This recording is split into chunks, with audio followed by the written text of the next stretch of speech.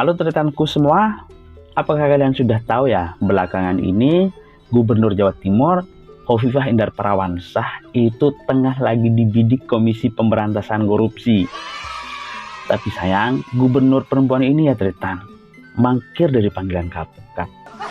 Kabarnya sih, beliau ini tengah menghadiri wisuda putranya di Beijing, Cina. Jadi tidak tanggung-tanggung tretan perjalanan seorang pejabat ke luar negeri. Jadi untuk sementara dia tidak merespon hal-hal dan informasi yang ada di dalam negeri seperti itu. Kalau misalkan sekelas gubernur saja mangkir dari KPK hanya melakukan kunjungan ke daerah-daerah, apakah masyarakat tidak akan menilai hal-hal yang lain seperti itu? Dengan demikian berarti gubernur ini andai saja misalkan dia tidak keluar negeri, melakukan kunjungan lah kemana, misalkan di Jawa Timur, ke Madura misalkan. Jadi ini kan publik mempunyai dugaan bahwa gubernur ini kabur seperti itu. Katakanlah seperti itu ya tretan, ini kan hanya gambaran saja. Dalam kasus apa Gubernur Khofifah ini dimintai keterangan oleh KPK? Yaitu dalam program dana hibah untuk kelompok masyarakat yang menjadi program ikon andalan Jawa Timur seperti itu. Sebelum lebih jauh terlebih dahulu saya akan menjelaskan program hadirnya dana hibah untuk kelompok masyarakat di Jawa Timur ini ya tretan. Jadi pada tahun sebelum-sebelumnya, sebelum tahun 2022, nah pemerintah Provinsi Jawa Timur ini ya tretan menggelontorkan program dana hibah untuk kelompok masyarakat. Seperti itu. Dalam setiap tahunnya, bahkan jumlahnya pun tidak sedikit ini tretan, sampai tembus di angka triliunan. Pengen tahu angkanya berapa? Dalam setiap tahun itu kisaran 7,8 triliun seperti itu. Tapi Pemprov ini memecahkan ataupun mempunyai leading sektor di bawahnya untuk mengelola program ini. Di antaranya itu dikucurkan kepada badan organisasi, lembaga organisasi, intinya itu OPD di bawahnya. Nah, yang diperuntukkan kepada kelompok masyarakat. Kelompok masyarakat tersebut ini siapa? Yaitu sejumlah warga baik yang berada di kota ataupun kota di seluruh Jawa Timur. Jadi kalau kita mengambil sebuah hati nurani ya tretan, pemerintah provinsi ini sejatinya apa? Punya keinginan mulia, punya rasa andil untuk membangun Jawa Timur yang berada di pelosok seperti itu. Akan tetapi kenyataannya tretan ini berbanding terbalik. Di tengah perjalanan ternyata banyak laporan sebagaimana diterima oleh KPK bahwa program ini syarat dimanipulasi dan syarat dikorupsi oleh sebagian pihak. Bahkan orang-orang tertentu yang menjadi kepanjangan tangan pejabat di pemerintahan Jawa Timur. Seperti itu. Kalian tahu nggak tretan, apa itu yang dinamakan dengan hibah? Kita jangan mencocokkan kata ataupun kalimat hibah dengan hal yang lain. Kan yang namanya hibah itu ya tretan merupakan suatu pemberian tanpa yang memberi ini minta imbalan. Artinya ini sukarela. Seperti itu. Jadi kalau ditarik kesimpulan, dana hibah ini adalah merupakan dana cuma-cuma seperti itu untuk warga Jawa Timur dari pemerintah provinsi itu Jawa Timur. Tapi kenyataannya tretan, dana hibah ini sampai sekarang malah menjadi musibah. Nah, ceritanya itu seperti ini ya tretan. Awalnya pada Desember 2022 KPK itu melakukan operasi tangkap tangan terhadap 4 orang Nah, 4 orang ini ya Tretan, posisi kedudukannya itu berbeda. Ada yang dari unsur penyelenggara, swasta, dan kepala desa. Nah, parahnya Tretan, yang 4 tersangka ini adalah, pertama, itu Satwa Simanjuntak, yang posisi jabatannya saat itu adalah Wakil Ketua DPRD Jawa Timur. Terus yang nomor 2 itu adalah Rusdi. Ini merupakan salah satu staf khusus dari Sahat. Sedangkan 2 orang lainnya ini Tretan adalah dari pihak kepala desa dan swasta. Ini warga Madura, seperti itu, dari Kabupaten Sampang. Nah, inilah awal mula cikal bakal program dana hibah itu betul-betul diulik oleh KPK sampai saat ini. Nah, tahu nggak apa yang terjadi pada saat OTT itu? KPK itu menerima ataupun mengambil, menyita sejumlah barang bukti, yaitu berupa uang. Berupa uang yang diterima oleh Rusdi, yang tidak lain itu adalah merupakan stafnya Sahat. Nah, uang ini ya Tretan merupakan uang fee untuk proyek persiapan Pokmas yang tahun anggarannya itu 2023. Jadi sebelum program ini dikerjakan Tretan, maka orang di bawah yang dipercaya oleh Sahat ini sudah memberikan fee terlebih dahulu. Seperti itu. Nah, parahnya ini ya Tretan, Korlap, koordinator lapangan di bawah ini, ternyata kedudukannya di tengah masyarakat itu merupakan dari unsur kepala desa. Seperti itu. Dan satunya itu adalah swasta.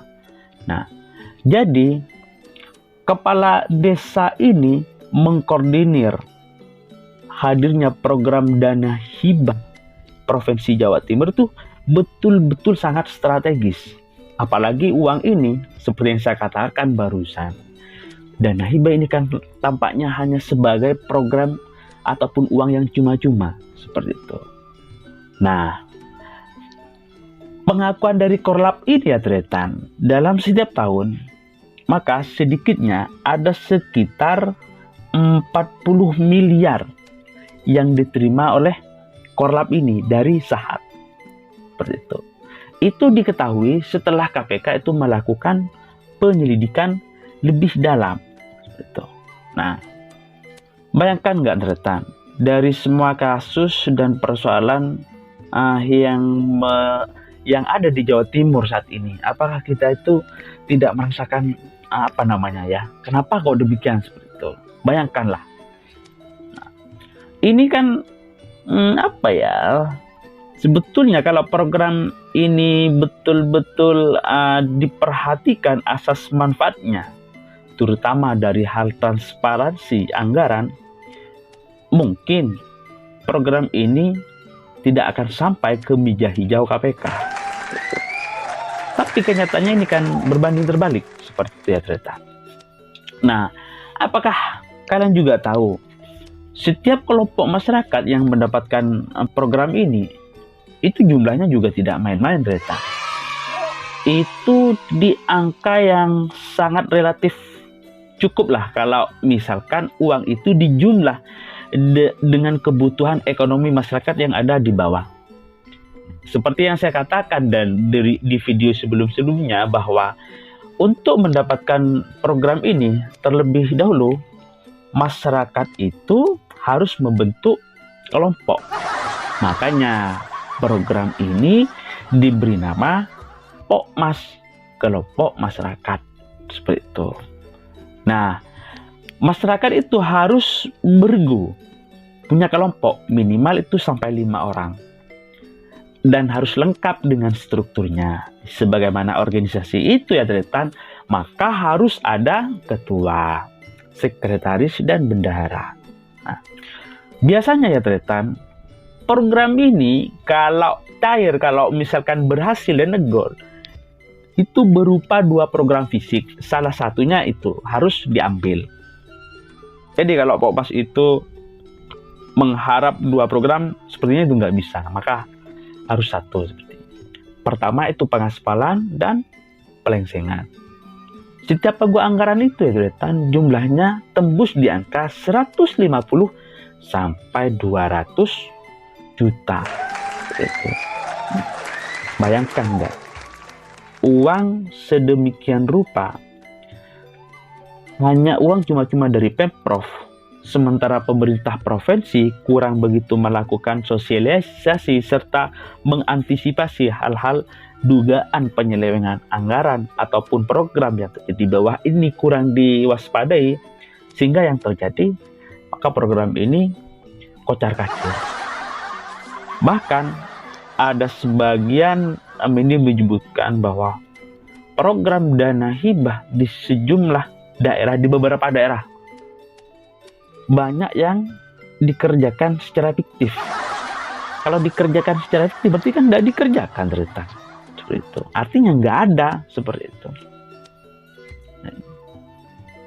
Seperti biasanya, yang namanya organisasi tentu dia harus punya legalitas berupa stempel dan buku tabungan. Nah, sebagai fasilitator dari program ini untuk mencairkan uang ini Tretan, maka Pokmas ini harus membuka rekening Bank Jatim.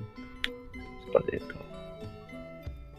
Nah, sekarang pertanyaannya adalah KPK itu menyebutkan walaupun Gubernur Khofifah ini mangkir dari panggilan KPK, maka KPK berjanji itu juga akan memanggil sejumlah pejabat Pemprov di Jawa Timur itu yang relevan setara dengan posisi gubernur.